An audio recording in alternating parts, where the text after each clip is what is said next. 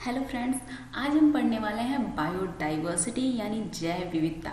यह टॉपिक मैंने लिया है सामान्य ज्ञान, समसामयिक घटनाएं और तार्किक ज्ञान का जो पार्ट है ना, पार्ट ए, जिसमें कि ये कंपलसरी है सबके लिए। तो उसमें जो पर्यावरण एवं पारिस्थितिकी संबंधी सामान्य विषय हैं उसमें पहला विषय यही है जैव विविधता, बायोडाइवर्सिटी। इसके दो तीन पॉइंट्स हैं जिसके बारे में मैंने कहा था कि आपको अलग से पढ़ना नहीं पड़ेगा। यह बायो मतलब जब साइंस आप पढ़ते हैं तो उसी का एक पार्ट बन जाता है बायोडाइवर्सिटी। तो उसी के अंतर्गत मैं आपको ये पढ़ाने वाले हूँ बायोडाइवर्सिटी। यह सबके लिए है, चाहे आप जिस भी विषय से फॉर्म भर रहे हो, लेकिन यह सबके लिए है क्योंकि यह कंपलसरी है सबको। यह 50 नंबर का जो पेपर आएगा उसमें ही आएगा और इससे 2 से 3 नंबर के क्वेश्चन भी आते ही आते हैं। वजह यह है कि बहुत इंपॉर्टेंट है और इससे स्टैटिक्स भी होता है और करंट भी आता है, सब कुछ इससे जुड़ा हुआ होता है। और इसके साथ ही हम यूनाइटेड नेशंस इससे जुड़ा हुआ है। हॉट स्पॉट पॉइंट्स कौन कौन से हैं, कौन कौन से जीव जुड़े हुए हैं बायोडाइवर्सिटी से, कौन से ऐसे जीव हैं जो खो रहे हैं, खत्म हो रहे हैं, यानी रेड डाटा लिस्ट में जिनको नाम रखा गया। तो ये सब ऐसी चीज़ें हैं ना जो हमेशा के लिए करंट बनी रहती हैं। फिर बायोडाइवर्सिटी डे कब मनाया जाता है, इसकी थीम क्या है, तो यह चीज़ें हर साल बदलती रहती हैं। तो ये करंट का भी पॉइंट हो जाता है। और इसकी शुरुआत कब हुई थी, या है क्या, कहाँ कहाँ पे है, सबसे ज़्यादा पाया जाता है, तो यह सब स्टैटिक हो जाता है और यह सब का सब पूछा जाता है और बहुत इम्पॉर्टेंट है। अभी हम इसके बारे में जब पूरा पढ़ेंगे तो आपको पता चलेगा ये कितना इम्पॉर्टेंट पॉइंट है। तो पूरा ज़्यादा टाइम नहीं लगेगा, थोड़ा छोटा सा एक पॉइंट है या तो हम इसके बारे में आज पढ़ने वाले हैं। देखो, आप पूरे मन से पढ़ना क्योंकि बहुत ही इम्पॉर्टेंट टॉपिक है, बहुत ही इम्पॉर्टेंट टॉपिक है और इसको पूरा पढ़ने के बाद इससे कोई भी क्वेश्चन छूटा नहीं रह जाएगा। मैंने कोशिश की है कि मैं सभी क्वेश्चंस को जो भी इससे जुड़े होते हैं उन सबको ले सकूं। कुछ ऐसे क्वेश्चन हैं जो अलग अलग तरीके से पूछे गए हैं तो उनको मैंने एक ही तरह से लिया है, एक क्वेश्चन के रूप में ले लिया है। और बहुत सारे क्वेश्चन है, जैसे कि आप मेरे पिछले वीडियोज में भी देख रहे होगे कि मैं क्वेश्चंस भी लेती हूँ। तो पहले हम पढ़ेंगे फिर उनको क्वेश्चन सॉल्व करेंगे। कुछ ऐसे हैं जिनको मैंने क्वेश्चन नहीं लिया है, एज ए टॉपिक में ही मैंने आपको बता दिया है। तो सबसे पहले हम आज के इम्पोर्टेंट टॉपिक्स देख लेते हैं। तो टॉपिक्स में है जैव विविधता क्या है, जैव विविधता का महत्व क्या है, जैव विविधता कहाँ पर पाई जाती है। शर्तों का मतलब होता है कि क्या ऐसी वजह है कि जहाँ जैव विविधता पाई जाएगी। उसके बाद है पृथ्वी पर जैव विविधता के केंद्र कौन से हैं, भारत में कौन से हैं जैव विविधता केंद्र। हॉट स्पॉट का मतलब होता है वह जगह जहाँ पर सबसे ज़्यादा जैव विविधता पाई जाती है। उसके बाद अगला है जैव विविधता पर संकट क्यों है और जैव विविधता का संरक्षण हम कैसे कर सकते हैं। इसके साथ ही हम जानेंगे क्या है UNEP, IUCN, red data list और UNO। यह सभी संस्थाएं जो हमारे लिए काम करती हैं, हम इन जैव विविधता के संरक्षण के लिए किस प्रकार से ये जुड़ी हुई हैं, इन सब के बारे में हम जानेंगे। तो चलो हम शुरू करते हैं इस टॉपिक को। सबसे पहले हम बात करेंगे क्या है जैव विविधता। तो देखो, सबसे पहले आप आ जाओ यहाँ पे। अपने घर से बाहर जब आप निकलते हो, थोड़ी से ही दूर पर बाहर जाओ तो क्या देखते हो, अलग अलग तरह के जीव एक जगह पे मिलते हैं ना। जैसे अगर आप थोड़े से जंगल में चले जाओ या किसी बगीचे में चले जाओ, तो बगीचे में जाओ तो आपको अलग अलग तरह के फूल एक ही बगीचे में मिल जाएंगे। ठीक, वहाँ पर आपको कुछ तितलियाँ मिल जाएंगी, गिरगिट मिल जाएंगे, अलग अलग जानवर आपको एक जगह पर मिलेंगे। अगर आप किसी तालाब में जाओ, किसी तालाब के पास, तो आप देखोगे उस तालाब में बहुत सारे अलग तरह के पौधे हैं, कुछ छोटे मोटे कीड़े मकोड़े हैं, कुछ अलग अलग रंग की मछलियाँ, छोटी बड़ी और अलग तरह की मछलियाँ, कुछ कछुए आपको दिख जाएंगे, कुछ सीप मिल जाएंगी, घोंगे मिल जाएंगे। मतलब आपको ढेर सारे जीव एक छोटी सी जगह पर मिल जाते हैं। और ये जो छोटी सी जगह है ना, एक अलग तरह की, जैसे कि मैंने कहा बगीचा या तालाब, तो यह क्या है, यह पारिस्थितिकी तंत्र कहलाता है, इकोसिस्टम। ठीक, तो किसी भी इकोसिस्टम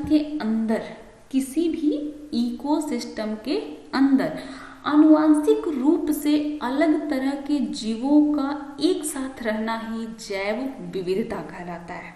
आई होप आप समझ गए होंगे कि किसी भी पारिस्थितिकी तंत्र या इकोसिस्टम के अंदर आनुवांशिक रूप से विविध प्रकार के जीवों का रहना ही जैव विविधता है। जैव विविधता शब्द से ही पता चल रहा है ना कि जीवन, जैव मतलब जीवन और विविधता मतलब अनेक प्रकार के। तो अनेक प्रकार के जीव जब एक इकोसिस्टम में रहते हैं तो उसे कहते हैं जैव विविधता। जैव विविधता बहुत इंपॉर्टेंट होती है, क्योंकि अगर सोचो इस दुनिया में सिर्फ इंसान ही होता और कुछ ना होता तो हम खाते क्या, हम होते क्या? सबसे बड़ी बात तो क्या हम होते? अगर कुछ ना होता तो नहीं होते। जैव विविधता आनुवांशिक रूप से अलग अलग जीवों की है और साथ ही यही जीवन बाद में प्रमोट होता रहता है, इनमें विकास होता है, उद्विकास होता है और नए जीवों की उत्पत्ति होती है। आज हम हैं अगर तो हमारा उद्विकास हुआ तब तो हम हैं, वरना हम नहीं होते। अगर हम शुरुआत देखें तो जीवों की शुरुआत बहुत छोटे से हुई, सूक्ष्म जीवों से जो दिखाई भी नहीं देते थे, और आज हम कितने बड़े बड़े जीव इस दुनिया में हैं। और वे छोटे जीव भी हैं, हम बड़े भी हैं। लेकिन अगर कभी ऐसा हो कि दूसरे जीव समाप्त हो जाएं, सभी जीव समाप्त हो जाएं, तो हम भी नहीं रहेंगे, हम भी समाप्त हो जाएंगे। तो इसलिए जैव विविधता बहुत ही इम्पोर्टेंट है। अब हम जानते हैं कि जैव विविधता के लिए आवश्यक जगह क्या है, मतलब हमने कहा ना जैव विविधता की शर्तें क्या है। तो एक बात बताओ, जाड़े में मच्छर और मक्खियां दिखती हैं क्या? 2020 और 21 का जाड़ा नहीं बोल रही हूँ, क्योंकि इस बार तो जाड़ा बहुत कम पड़ा था। लेकिन अमूमन क्या होता है कि जैसे ही ठंड बढ़ती है, ये जानवर ना छिपकली दिखती है, ना मच्छर दिखते हैं, ना मक्खियाँ दिखती हैं, ना मेढक दिखते हैं। लेकिन जैसे ही बारिश आती है, मतलब मई जून का महीना आता है, मई जून जुलाई अगस्त, ये 4 महीने चारों तरफ कीड़े मकोड़े। अगर आप कहीं स्ट्रीट लाइट जला दो, स्ट्रीट लाइट पे अगर जब आप वहाँ को देख लो तो कितने सारे कीड़े उड़ रहे होते हैं ना, बहुत सारे अलग अलग कीड़े उड़ रहे होते हैं वहाँ पे। और मक्खी और मच्छर ने तो हद कर देती हैं भाई ये तो। और उसके बाद कहा जाता है ना कि जब भी कोई पौधा लगाना है तो कब लगाओ? बरसात के दिन में, कि बरसात के दिन में पौधे जल्दी पकड़ लेते हैं। उसके साथ ही बरसात के दिनों में बहुत सारे जीव, जहाँ देखो वहाँ मेढक की टर सुनाई देती है, अलग अलग तरह के जीव दिखाई देते हैं। तो बरसात में ऐसा क्या होता है? बहुत ज़्यादा गर्मी होती है ना।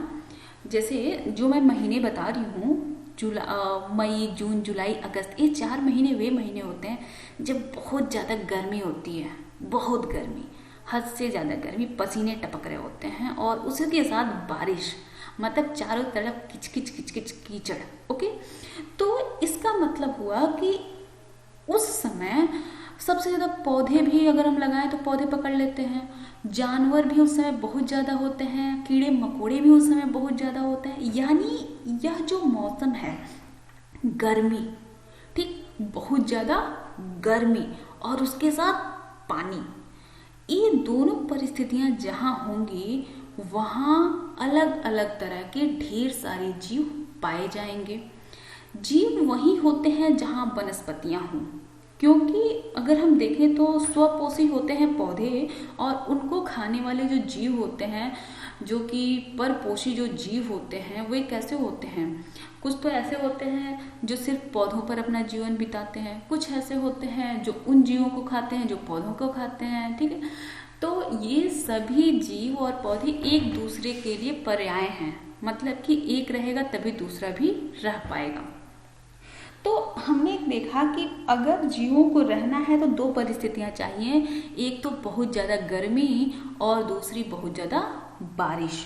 तो मतलब कि अगर ये 2 परिस्थितियां जहाँ पाई जाती हैं वहाँ पर जीव बहुत ज़्यादा पाए जाते हैं। तो यहाँ पर आप देख रहे हो ग्लोब हमारे विश्व का, तो यहाँ ग्लोब में देखो ये 0 डिग्री है इक्वेटर, ठीक, और उसके बाद 23.5 डिग्री यहाँ पर दक्षिण है, और यहाँ 23.5 डिग्री ऊपर में देख लो तो ये डिग्री, ठीक है, और यहाँ पर 23.5 डिग्री क्या है? नॉर्थ, मतलब उत्तर, और नीचे क्या है? दक्षिणी गोलार्ध। यहाँ इक्वेटर और इक्वेटर से ये दोनों चीज़ें बटी हुई हैं, ठीक।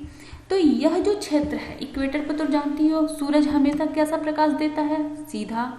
और यहाँ तक ये जो इक्वेटर के बाद कर्क रेखा और मकर रेखा है। यहाँ तक कि अगर जगह की हम बात करें तो ये वह जगह है जहाँ पर सूरज की किरणें कभी ना कभी सीधी पड़ती हैं, कभी ना कभी सीधी पड़ती हैं। और बाकी इसके बाद की बात करें तो यहाँ पर सूरज की किरणें तिरछी पड़ती हैं। तो यहाँ पर साल में कुछ महीने ऐसे होते हैं जब यहाँ पर सूरज की किरणें बिल्कुल सीधी पड़ती हैं और गर्मी बहुत होती है, बारिश भी बहुत ज़्यादा होती है। क्योंकि बारिश कहाँ होती है? जब उष्ण मौसम होता है, जब मौसम बहुत गर्म होता है तभी तो बारिश होती है। तो यहाँ पर ही पूरा 23.5 डिग्री नॉर्थ से लेकर 23.5 डिग्री साउथ तक, ठीक है, यहाँ पर बारिश बहुत ज़्यादा होती है और गर्मी भी बहुत ज़्यादा होती है। तो यह वह जगह है जहाँ बहुत ज़्यादा जैव विविधता पाई जाती है। अमेजन के वर्षा वन कहाँ पाए जाते हैं पता है ना आपको? कमेंट बॉक्स में लिखना। अमेजन के जो वर्षा वन है वो भी यहीं कहीं पाए जाते हैं। आप बताओगे, मैं नहीं बताऊंगी, ठीक। तो यह पूरा जो क्षेत्र है यहाँ पर जैव विविधता सर्वाधिक पाई जाती है। अमेजन के वर्षा वनों के बारे में आपको पता ही होगा कि दुनिया का फेफड़ा, क्योंकि सबसे ज़्यादा पेड़ हैं यहाँ पे, इतने और अलग अलग तरह के पेड़ हैं। यहाँ पर आग भी बहुत ज़्यादा लगती है। अभी पिछले साल की ही घटना है जब इतनी आग लगी थी कि काफ़ी ज़्यादा नुकसान हुआ था। तो यहाँ की अगर हम बात करें तो यहाँ की वजह से पूरे देश को, पूरी दुनिया को ऑक्सीजन मिलता है। और जहाँ जितने तरह के पेड़ होंगे, यहाँ पर कुछ पेड़ मतलब कुछ ऐसी भी जगह हैं जहाँ पर सूरज का प्रकाश कभी जमीन तक पहुँचता ही नहीं है, इतने घने इतने बड़े पेड़ हैं, ठीक है। तो जब हम बात करते हैं इनकी, तो ये सभी जगह जो है यहाँ बहुत सारे पेड़ पौधे होंगे और जहाँ पेड़ पौधे होंगे वहाँ पर जीवन भी होगा, मतलब जंतु भी होंगे। तो यहाँ पर जीव जंतु सब बहुत ज़्यादा पाए जाते हैं, ठीक है। तो इन्हीं को कहते हैं जैव विविधता केंद्र, ठीक है। जैव विविधता केंद्र यानी हॉट स्पॉट। हॉट स्पॉट अगर अपने मोबाइल से समझना चाहो तो ऐसे समझ सकते हो कि जब भी आप किसी को डाटा देना होता है तो क्या आपका मोबाइल सेंटर हो जाता है, आप हॉट स्पॉट ऑन करते हो। हॉट स्पॉट ऑन करते हो मतलब आपका मोबाइल सेंटर होता है और उस सेंटर से सबको वाईफाई आप दे सकते हो, ठीक है। मतलब डाटा कनेक्ट करा सकते हो, नेट आप दे सकते हो, ठीक। ऐसे ही यहाँ से जैव विविधता पूरी दुनिया के लिए वो हॉट स्पॉट है जहाँ से जीव दूसरी दुनिया मतलब चारों तरफ फैलते हैं और यहीं पर सबसे ज़्यादा उनकी उत्पत्ति होती है और यहाँ पर उनका सबसे ज़्यादा वास होता है, मतलब यहाँ पर वे रहते हैं, ठीक है। तो यह तो बात हो गई पूरी दुनिया की। अब हम बात करते हैं भारत की। तो यहीं पर अभी इसी ग्लोब में देख लो 23.5 डिग्री यानी कहाँ पे आ रहा है? यह हमारा भारत है ना, हमारा प्यारा सा भारत। तो 23.5 डिग्री यहाँ पर आ रहा है। उसके बाद अगर हम बारिश की बात करें तो सबसे ज़्यादा जो बारिश की वजह होती है, ये देखो यहाँ से ऐसे हवाएं आती हैं और यहाँ आके बारिश करती हैं अरब सागर से होते हुए, ठीक है। अरब सागर से होते हुए जब यहाँ पर दक्षिण पश्चिम अरब सागर की बारिश होती है तो यहाँ पर ये वाली जगह, ठीक। और उसके साथ ही यहाँ पर अगर देखो ये बंगाल की जो खाड़ी है, यहाँ पर ये वाली जो बारिश है यहाँ पर जो होती है, ठीक है। आ जाओ अब अपने देश के मानचित्र की वजह से हम इसको अच्छे से देख लेते हैं कि यहाँ पर जो बारिश हो रही है बहुत ज़्यादा। जब हमारा मानसून आता है, हम कहते हैं ना मानसून आ रहा है, तो सबसे पहले बारिश कहाँ होती है? यही होती है केरल की तरफ, ठीक। तो यहाँ गुजरात से लेकर और यहाँ लास्ट के केरल के और तमिलनाडु के लास्ट तक, यहाँ पर यह हमारा होता है वह हॉट स्पॉट, ठीक है, जहाँ सबसे ज़्यादा बारिश होती है। अब सबसे ज़्यादा बारिश पहले तो यहीं पे होती है भाई, केरल में ही होती है सबसे ज़्यादा। उसके बाद जब हम बात करें यहाँ की तो यह पूर्वी हिमालय जो है, पूर्वी हिमालय। अच्छा एक बात बताओ, भारत में सबसे ज़्यादा बारिश कहाँ पे होती है? मानसिनराम में। मानसिनराम कहाँ है? मेघालय में। और यहाँ पर ही तो है मेघालय, और ये पूरा कहाँ क्या है? हिमालय है। तो हिमालय का जो क्षेत्र है वहाँ पर बादल टकराते हैं, बारिश होती है, और यहाँ पहाड़ी है तो पहाड़ी क्षेत्र है तो यहाँ पर बादल टकराते हैं और बारिश होती है। तो यह पूरी जगह कि हिमालय का पूर्वी हिमालय, ऐसे समझो कि पूर्वी हिमालय और यह केरल, जो केरल है, यह दोनों हमारे हॉट स्पॉट हैं, ठीक है। यहाँ पर सबसे ज़्यादा बारिश होती है। बाकी जगहों की बात करें तो ये एक अलग तरह के पौधे हैं। जैसे कि अगर हम हिमालय की ऊंचाई पर जाएं तो यहाँ पर क्या है? चीड़ और देवदार के पेड़, मतलब एक तरह के शंकुधारी वृक्ष पाए जाते हैं। लेकिन यहाँ इन दोनों जगहों की बात करें तो बहुत अलग अलग तरह के पेड़ पौधे होते हैं और जंतु होते हैं। ठीक है, ऐसे ही अगर हम बात करें पश्चिम बंगाल की, तो यहाँ पर मैग्रोव वाले पौधे जानते हो ना, मैग्रोव वन पाए जाते हैं। ये वन सिर्फ यहीं पर पाए जाते हैं, मतलब कि सिर्फ दलदली भूमि पर ही पाए जाते हैं, बाकी नहीं, सिर्फ वहाँ पाए जाते हैं जहाँ पे समुद्र होता है। ठीक ऐसे ही जहाँ समुद्र हमारे चारों तीन तरफ है, तो यहाँ पर लैगून जहाँ जहाँ है वहाँ भी ये जीव और जैव विविधता बहुत ज़्यादा पाई जाती है। अच्छा, अब हम बात कर रहे हैं केरल की, तो केरल में एक है शांत घाटी। शांत घाटी के बारे में अक्सर क्वेश्चन पूछा जाता है कि शांत घाटी कहाँ है, और दूसरा क्वेश्चन पूछा जाता है शांत घाटी क्यों प्रसिद्ध है। तो शांत घाटी प्रसिद्ध है अपनी जैव विविधता के लिए। बहुत अलग तरह के यहाँ पे अलग अलग तरह के जीव पाए जाते हैं। कुछ तो ऐसे जीव हैं जो सिर्फ यहीं पर ही पाए जाते हैं, हर जगह नहीं पाए जाते। ठीक है, उसके बाद हम बात करें तो ये है हमारा, यहाँ पर ये देखो, ये अंडमान और निकोबार, और ये है लक्षद्वीप। यह कहाँ है देख रहे हो ना, समुद्र में।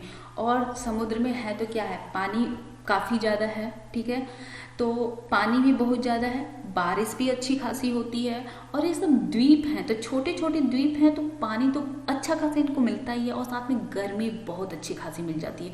तो यहाँ लक्षद्वीप, अंडमान निकोबार, केरल और पूर्वी हिमालय या हमारे देश का हॉट स्पॉट है। क्वेश्चन में ये पूछा जाता है कि हॉट स्पॉट अपने देश के, भारत का हॉट स्पॉट कौन सा है जैव विविधता के लिए। तो यह 4 हॉट स्पॉट है। इसमें सबसे बड़ा है केरल, और दूसरे नंबर पे आता है पूर्वी हिमालय, तीसरे नंबर पे आ जाता है अंडमान निकोबार, और चौथे नंबर पे आ जाता है लक्षद्वीप। ठीक है, अच्छा, अब हम बात करें इतनी ज़्यादा जैव विविधता, तो जैव विविधता शब्द का प्रयोग किसने किया था, यह तो जानना ही चाहिए। तो जैव विविधता शब्द का प्रयोग किया था वाल्टर जी रोजेन ने। किसने किया था, वाल्टर जी रोजेन ने। और कब किया था, 1985 में सबसे पहले उन्होंने यह नाम दिया था, वाल्टर जी रोजेन ने। ओके, अब यहाँ पर ये देख रहे हो खूबसूरत सा चित्र दिख रहा है ना, ढेर सारी मछलियाँ।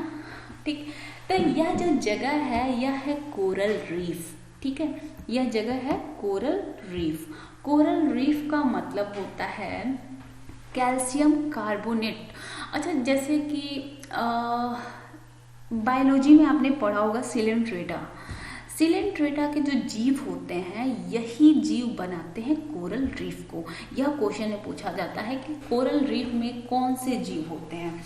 तो देखो, यहाँ पर सिलेंट्रेटा के जीव होते हैं जिनका जो शरीर होता है ना, उनमें कैल्शियम कार्बोनेट पाया जाता है, और यही कैल्शियम कार्बोनेट हेल्प करता है इन जीवों को, ठीक है, प्रवाल भित्ति बनाने में। अच्छा, अब बात करें अगर हम सबसे बड़े कोरल रीफ की या सबसे बड़े बैरियर रीफ की, तो सबसे बड़ा बैरियर रीफ है वह है ऑस्ट्रेलिया का ग्रेट बैरियर रीफ। नाम तो सुना होगा। ऑस्ट्रेलिया का ग्रेट बैरियर रीफ प्रसिद्ध है अपनी जैव विविधता के लिए। जहाँ भी ये ग्रेट बैरियर रीफ जो ऑस्ट्रेलिया का है, या फिर कोई भी कोरल भित्ति जहाँ होती है, वहाँ बड़े बड़े लैगून पाए जाते हैं। लैगून का मतलब जानते हो ना, खारे पानी की झील, लैगून। ठीक, तो यह खारे पानी की जो झील होती है, जो लैगून होता है, यह बना ही होता है समुद्रों की वजह से। तो यहाँ पर बहुत सारी जैव विविधताएं पाई जाती हैं, क्योंकि यह किनारे से थोड़ी ही दूर पे होते हैं, कम गहराई पर होते हैं। कम गहराई पर होने का अर्थ है कि यहाँ पर सूरज की रोशनी अच्छी मिल जाती है, पानी तो पूरा मिलता ही है, स्वच्छ भी होता है यह, तो स्वच्छता इनको चाहिए होती है, तो यहाँ पर कोरल बैरियर रीफ आराम से बन सकता है। यहाँ पर बहुत सारे जीव पाए जाते हैं। अच्छा, एक क्वेश्चन ये भी पूछा जाता है कि जो कोरल पॉलिप्स हैं, एक सिलेंट्रेटा पॉलिप्स होते हैं, जो रीफ होती है, ये जो आप देख रहे हो यहाँ तक नीचे ना, एक कोरल रीफ है। तो ये पूछा जाता है यह किसके साथ सहजीवन व्यतीत करते हैं, मतलब इनका सहजीवी कौन होता है। हम जानते हैं ना कि कोरल रीफ सिलेंट्रेटा है, तो सिलेंट्रेटा क्या होता है, एनिमल होता है। एनिमल जो होते हैं अपना भोजन तो स्वयं बना नहीं सकते, या किस पर आश्रित होते हैं, पौधों पर। और इसमें कौन से पौधे होते हैं जो इनके लिए भोजन बनाएंगे? तो इसमें होते हैं एल्गी। ये आप देख रहे हो हरे हरे काई जैसे कुछ लगे होते हैं। तो ये यहाँ पर देखो ये एल्गी, तो यह एल्गी के साथ अपना जीवन व्यतीत करते हैं। अब यहाँ पर मैं तुम्हें एक चीज़ समझा दूँ, इनका सहजीवन क्वेश्चन पूछा जाता है कि बैरियर रीफ जो है उसमें कौन किसके साथ सहजीवन है? तो देखो यह है कोरल पॉलिप्स। कोरल, यहाँ पर नोट कर दे रही हूँ मैं, कोरल पॉलिप्स, ठीक। और कोरल गलती हो गया, पॉलिप्स का जो जीवन होता है, इनका जो सहजीवन होता है, अगर एक मर गया तो दूसरा भी मर जाएगा। सहजीवन का मतलब ये है कि दोनों एक दूसरे के लिए जरूरी हैं। जैसे कि एल्गी क्या है, भोजन तो बना सकता है लेकिन पानी कहाँ से लेगा? तो वह पानी और जो खनिज तत्व हैं, वह खनिज तत्व कोरल पॉलिप्स उसको प्रोवाइड कराता है और बदले में एल्गी इसको बना के खाना देता है, ठीक है।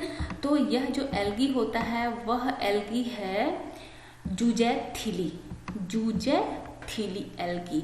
तो याद रखना कोरल पॉलिप्स और जुजैथिली एल्गी एक दूसरे के साथ कोरल बैरियर रीफ या प्रवाल भित्ति में ये अपना सहजीवन व्यतीत करते हैं। मूंगा सुना है? कभी कभी किसी को पंडित जी लोग बताते हैं कि वगैरह वगैरह दोष होते हैं ना, अजीब अजीब से दोष होते हैं जन्म कुंडली में, कुंडली दोष।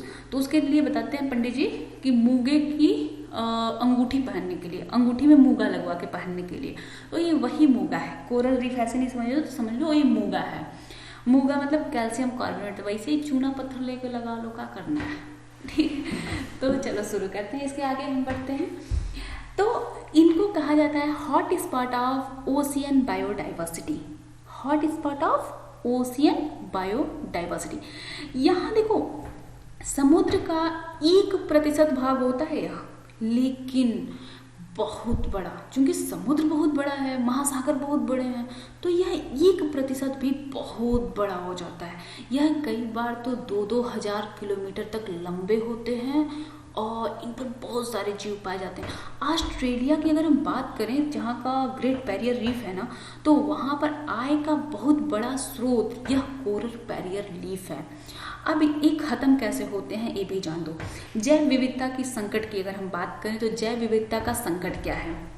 बहुत ज़्यादा जीवों को खत्म कर देना और उनकी जगह पे नए जीव न लाना ही जैव विविधता संकट की वजह है। जैसे कि अगर हम बात करें, चंदन की लकड़ी काट तो ली जाती है, चंदन के वनों से चंदन की लकड़ी को काट लिया जाता है, लेकिन वहाँ नए पौधे नहीं लगाए जाते हैं, इस वजह से चंदन ही खत्म, ठीक। तो चंदन की वजह से जो जीव जीवित रहते हैं वे खत्म। अगर जैसे हम बात करें यहाँ कोरल पॉलिप्स की, यहाँ से अगर हम एल्गी को हटा लें तो कोरल पॉलिप्स खत्म हो जाएगा। दूसरी चीज होती है इनके संकट की वजह है प्रदूषण। अगर कोरल पॉलिप्स की अगर बात करें, जैसे समुद्र में कचरा बढ़ रहा है, तो अगर ये कचरा बढ़ जाएगा, बहुत ज़्यादा बढ़ जाएगा, तो इनके जो छेद होते हैं ना, वे छेद बंद हो जाएंगे। अब देखो भाई, ये हैं तो जानवर ही ना, एनिमल है, तो एनिमल अगर सांस नहीं ले पाएगा, इसका छेद बंद हो जाएगा, तो यह सांस नहीं ले पाएगा। जब सांस नहीं लेगा कोई जंतु तो वो मर जाएगा ना। तो ऐसे ही कोरल पॉलिप्स अगर सांस नहीं ले पाते हैं तो वे मर जाते हैं, ठीक। ऐसे ही जीव होते हैं, बाकी जीव भी जो सांस नहीं ले पाते हैं तो मर जाते हैं। ऐसे ही हम जंगलों की कटाई कर दे रहे हैं तो उन जंगलों के जो आश्रित जीव हैं वे मर जाते हैं। दूसरी चीज, जंगलों में, बड़े बड़े जंगलों में जो आग लगती है, उस आग लगने की वजह से भी बहुत सारे जीव मर जाते हैं और इन जीवों के मरने की वजह से वहाँ का असंतुलन हो जाता है, प्रकृति में असंतुलन होता है और जैव विविधता नष्ट हो जाती है। अब हम इनका संरक्षण कैसे कर सकते हैं, यहीं पर जान लो। इनका संरक्षण करने के लिए 2 विधियाँ होती हैं, एक होता है इन सीटू, दूसरा होता है एक्स सीटू। इन सीटू और एक्स सीटू समझो, जैसे कि मान लो इन सीटू समझो, ऐसे इन सीटू, इसका ऐसे लिखते हैं इन सीटू, और एक्स सीटू। इन का मतलब अंदर और एक्स का मतलब बाहर। अब मैं उस वाले एक्स की बात नहीं कर रही हूँ जिसको समझ रहे हो, ठीक है। इन सीटू का मतलब अंदर, एक्स मतलब बाहर, ठीक है। तो इन सीटू का मतलब कि जिस जगह के जीव हैं वहीं पर उन जीवों का पुनः उत्पादन करना। जैसे कि अगर हम बात करें, कोई खास पौधा है, किसी जगह पे, जैसे यहाँ मैं बात करूँ कोरल लीफ की ही, कोरल रीफ की बात करूँ तो कोरल रीफ जहाँ पर पाया जा रहा है वहीं पर उसको जगह की सफाई कर दी जाए, प्रदूषण हटा दिया जाए, तो फिर ये वहीं पर इनकी संख्या में वृद्धि हो जाती है, ठीक है, इनके जीवन में वृद्धि हो जाती है। तो वह विधि क्या हुई, इन सीटू, मतलब अपनी जगह पर, जिस जगह पे वो है वहीं पर उसका विकास करना इन सीटू कहलाता है। एक्स सीटू मतलब कि बाहर ले जाना, तो बाहर कहाँ ले जाएंगे हम, लैब में, लेबोरेटरी में ले जाएंगे ना, बाहर कौन सी दुनिया में ले जाएंगे, लेबोरेटरी में, लेबोरेटरी में ले जाकर और इनके जीवन को बचाना, ये कहलाता है एक्स सीटू। अच्छा एक बात बताओ मुझे खास तौर पे, पौधों को किस गैस की सबसे ज्यादा जरूरत होती है, पौधों को किस की जरूरत होती है, नाइट्रोजन। नाइट्रोजन साइकिल पढ़ना है आपको, याद रखना, नाइट्रोजन की जरूरत होती है। बिना नाइट्रोजन के पौधे जीवित नहीं रह पाएंगे ज़्यादा देर तक। आपने पढ़ा होगा कुछ परजीवी होते हैं, कीट भक्षी पौधे, वे कीट भक्षी पौधे क्या करते हैं, जंतुओं को खा जाते हैं, मतलब कीड़े मकोड़ों को खा जाते हैं, कीट भक्षी, घटपर्डी नाम सुना होगा ना। तो कीट भक्षी पौधे क्यों खाते हैं, क्योंकि उनको नाइट्रोजन की आवश्यकता होती है, और जहाँ नाइट्रोजन नहीं मिल पाता वे कीट भक्षी पौधों को खा के उनके शरीर का कीड़ों को खा के उनके शरीर का नाइट्रोजन चूस लेते हैं। तो एक्स-C2 इस लैब में ले जाते हैं और पौधों को नाइट्रोजन की उपस्थिति में इनको पौधों को जीवित रखते हैं। देखो जब पौधे रहेंगे ना तो फिर उनकी वजह से जीवन वहाँ आ जाएगा, बिना पौधों के जीवन नहीं हो सकता। तो एक्स-C2 क्या मतलब हुआ, लैब में नाइट्रोजन की उपस्थिति में जीवों को जीवित रखना। ओके, तो ये क्वेश्चन भी बनता है एक्स-C2 में किस गैस का यूज करते हैं, तो वहाँ नाइट्रोजन गैस का यूज करते हैं। अब चलो आगे बढ़ते हैं, इसके बारे में हम और कुछ जानते हैं। देखो अंतर्राष्ट्रीय जैव विविधता दिवस, तो सबसे पहले तो ये जान लो भाई, अंतर्राष्ट्रीय जैव विविधता दिवस एक कब मनाया जाता है, तो ये मनाया जाता है 22 मई को, इंटरनेशनल डे ऑफ बायोडाइवर्सिटी, यह मनाया जाता है 22 मई को, ठीक है। और इसकी शुरुआत, इसे मनाता कौन है, तो यूनाइटेड नेशन यानी संयुक्त राष्ट्र इसे मनाता है, यूनाइटेड नेशन ऑर्गेनाइजेशन इसे मनाता है। यूनाइटेड नेशन के जनरल सेक्रेटरी कौन है, ये भी क्वेश्चन यहाँ से बन सकता है, तो एंटोनियो गुटेरस इसके जनरल सेक्रेटरी हैं। अच्छा एक क्वेश्चन और, इनका दूसरा कार्यकाल 2022 से शुरू होने वाला है, इनका 5 साल का कार्यकाल होता है, तो 2017 से 22 तक ये चलने वाले हैं और उसके बाद 22 से फिर यही रहेंगे अगली बार भी। तो यह एक करंट का क्वेश्चन है, ये सब करंट के क्वेश्चन है। अच्छा एक क्वेश्चन ये इसके जो बनाया जाता है इसमें थीम रखी जाती है, अंतर्राष्ट्रीय जैव विविधता दिवस की हर साल एक नई थीम रखी जाती है। तो 2020 की जो थीम है वह है आवर सॉल्यूशंस और इन नेचर। इसका मतलब ये है कि हमारे जो भी प्रॉब्लम्स हैं, जो भी दिक्कतें हैं, उन सबका सॉल्यूशन हमें हमारी प्रकृति में ही मिलेगा, तो हमें अपनी प्रकृति का संरक्षण करना होगा।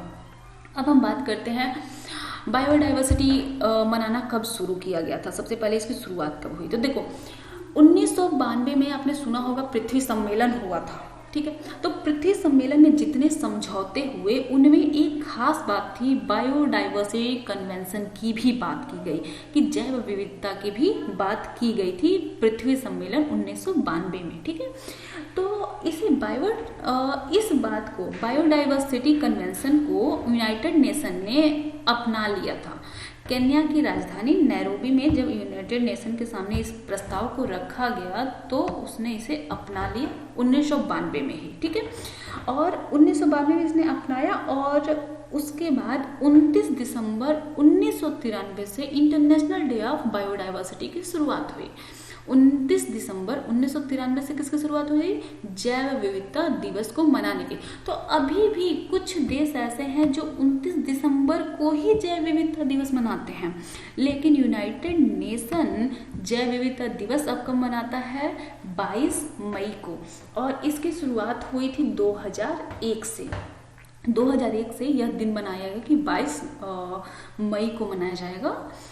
जैव विविधता दिवस। अच्छा, अभी तक जैव विविधता जो सम्मेलन हुए हैं, 2 सम्मेलन बहुत ही इंपॉर्टेंट हैं। एक है कार्टाजेना सम्मेलन और दूसरा है नागोया सम्मेलन। यह पूछा जाता है कि कार्टाजेना जैव विविधता सम्मेलन कहाँ मनाया गया। तो यह कार्टाजेना, या फिर ये क्वेश्चन होता है कि कार्टाजेना सम्मेलन किससे जुड़ा हुआ है या नागोया सम्मेलन किससे जुड़ा हुआ है। तो कार्टाजेना सम्मेलन जैव विविधता सम्मेलन है और यह कनाडा में हुआ था। नागोया सम्मेलन जापान में हुआ था। नागोया नाम से ही लग रहा है ना, जापानी है। और कार्टाजेना, तो कार्टाजेना में कनाडा है, नागोया मतलब जापान। ठीक है। अब जो कार्टाजेना सम्मेलन कनाडा में हुआ था, इसका मतलब, इसको मनाने की वजह ये था कि बहुत सारे ऐसे प्राणी हैं ना जिनका जीन चेंज हो रहा है। जैसे कि टेम्परेचर बढ़ रहा है, ठीक है, ग्लोबल वार्मिंग बढ़ रही है ना, तो टेम्परेचर बढ़ रहा है। टेम्परेचर के बढ़ने की वजह से बहुत सारे ऐसे जंतु हैं जिनके जीन में परिवर्तन हो रहा है। पहले भी कुछ है और थे, अब उनके जीन में परिवर्तन हो रहा है। तो इन जीवों को, जैसे कि कुछ दिन बाद ऐसा होगा कि पुराने जीव बिल्कुल खत्म हो जाए। जैसे कि अगर हम जिराफ की बात करें तो कहा जाता है, जैसे कि डार्विन ने बताया था कि पहले जिराफ की गर्दन छोटी थी, वह छोटा हुआ करता था, लेकिन धीरे धीरे पत्तियां उसको खाना नहीं मिला, फिर उसकी अगली पीढ़ी ने गर्दन खींचते रहे, खींच के उन्होंने ऊपर की पत्तियां खाने शुरू की, बाद में उनका गर्दन लंबा हो गया। तो इसी तरह से अब हमें वे जिराफ तो दिखते भी नहीं है ना, कि जिनकी गर्दन छोटी छोटी हुआ करती थी। तो ठीक ऐसे ही कुछ दिनों बाद ये होगा कि जिन ऐसे जीव जिनका जीन बदल रहा है, तो पुराने वाले जीव हमें दिखाई नहीं देंगे।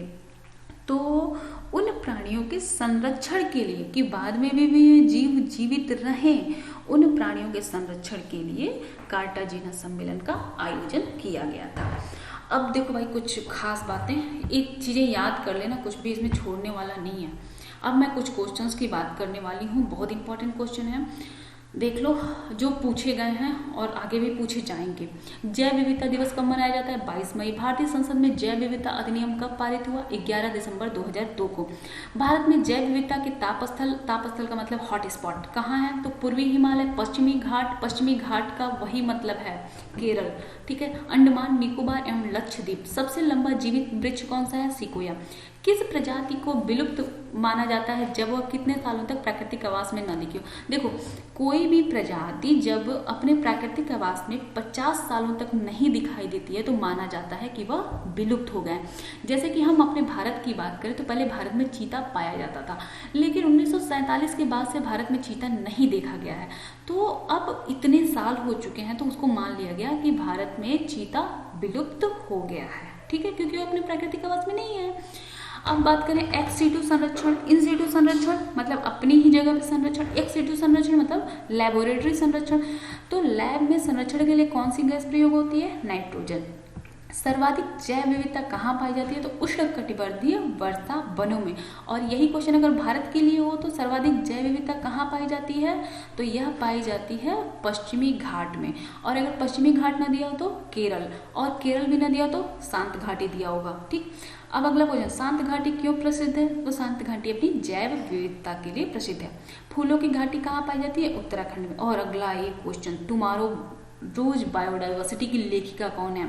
बहुत इंपॉर्टेंट बुक है भाई, याद कर लेना। टुमारो बायोडाइवर्सिटी की लेखिका है वंदना शिवा, ठीक है।